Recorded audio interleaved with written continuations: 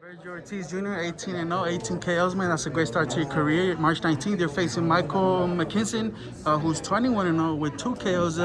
Different style from what you've seen. I don't know too much about him, but what have you learned from your opponent on March 19th? I know that he's from the UK. He's ranked number 3 in the WBO, undefeated, obviously. He's a southpaw. That's pretty much all I know about him. Yeah. What do you expect from him come fight time?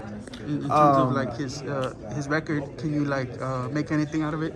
I mean, he's gonna come to win for sure about that. He's undefeated. What fighter wants to lose their own? So it's gonna be a competitive fight. That being said, and it's gonna be one that people aren't gonna want to miss. And for this training camp, you guys are working in Manny Robles' gym. There was so much talk about you guys possibly working in Canelo's gym. Can you just elaborate for us what happened there, and how do you feel about working in Manny Robles now? Yeah, so I mean, basically, we were at Eddie's gym for a little bit, and but it was just me and my dad training. We didn't see much of Eddie. He was busy at the time. It's the holidays. And that being said, we could hardly get any sparring because of those holidays, and so basically, training camp just did not start well at all. So For this fight? no, we didn't have a set opponent yet. Okay, but you guys were training ahead of time. Yeah, we were getting ready for whatever came our way. And how do you feel about that? And now being in Manny Robles' team, I saw that you posted a picture you sparred with Brian Castaño. That's good work. Yeah, I sparred Brian at Manny's gym, and it was a really good sparring. I feel like it was very competitive. We wanted to basically do good. So, you wanted to show him that you can in there. Yeah. How did he look? I know this is off topic, but how did he look? He had his fight with Jamar Charlo coming up. It seems like he suffered some kind of injury. That fight's being postponed. But how did he look? Oh, I mean, he felt good to me. I mean, it was a really good sparring. Like I said, very competitive. He definitely brought it, and that's pretty much it. With the win over McKinson, what are you looking forward this year? Seems like there's a lot of options. There's a young crop of 147 coming up with Butayev, Staniosis, Connor Ben, Kell Brook just won, a veteran that fought Spence and Crawford, fights that you want. What options do you foresee in your future here to 2022? Yeah, without overlooking McKinson, because that's the fight I'm focused on right now.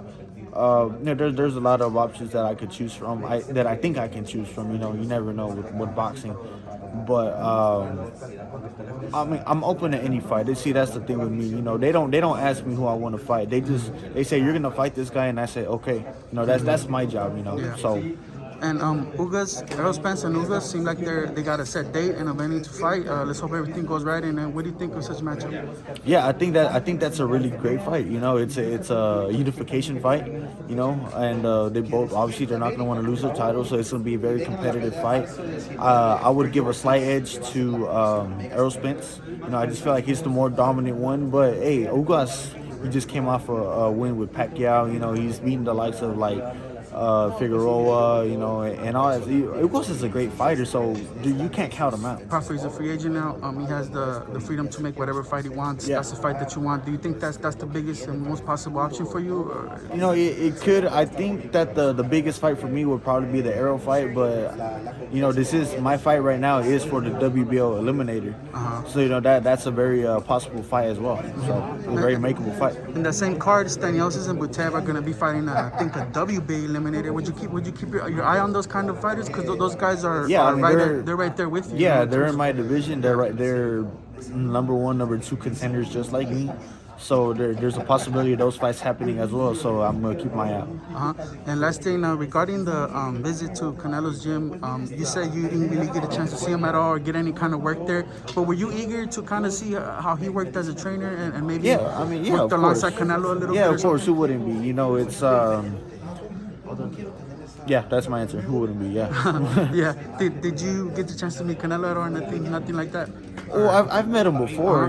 So I mean, I've spoken But in the to him gym, a to few give you a times. chance to work with him at all, were you eager to see all this? Oh yeah, of course I was eager. I was definitely excited just being there.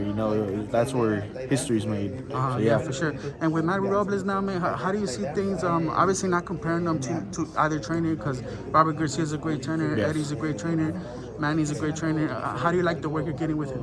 You know, I love the work I'm getting with him. You know, it's you know, every trainer brings their own things. They bring their own things to the table, and I love what I'm seeing, what I'm feeling too.